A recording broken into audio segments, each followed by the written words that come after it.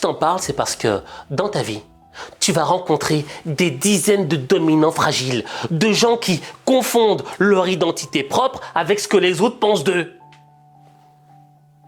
Et lorsque toi, tu penses quelque chose de mal par rapport à leur action, pas par rapport à ce qu'ils sont vraiment au fond, mais tu dis, ouais, mais là, ce que tu as fait, c'est pas bien.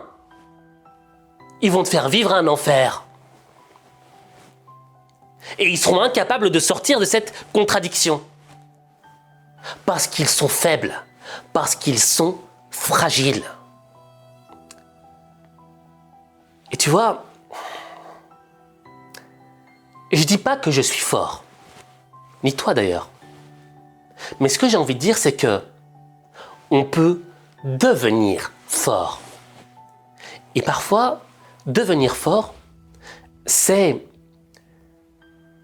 voir en l'autre le miroir de nos défauts.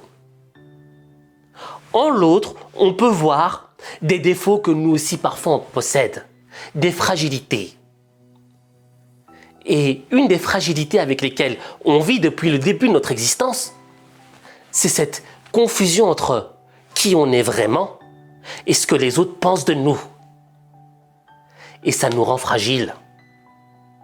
Parfois, il suffit d'une critique, que quelqu'un nous dise « t'es une merde » pour qu'on finisse par y croire.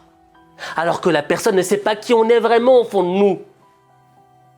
La seule personne qui peut savoir réellement qui tu es, c'est toi. Et quand tu comprendras cela, tu transformeras ta vie.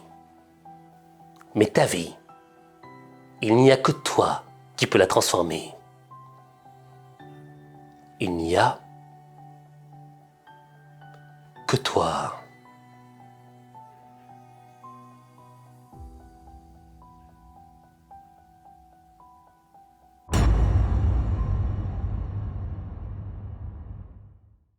Moi, ce qui me marque avec Donald Trump, c'est qu'après tant d'années vécues sur cette terre, l'homme est toujours fragile.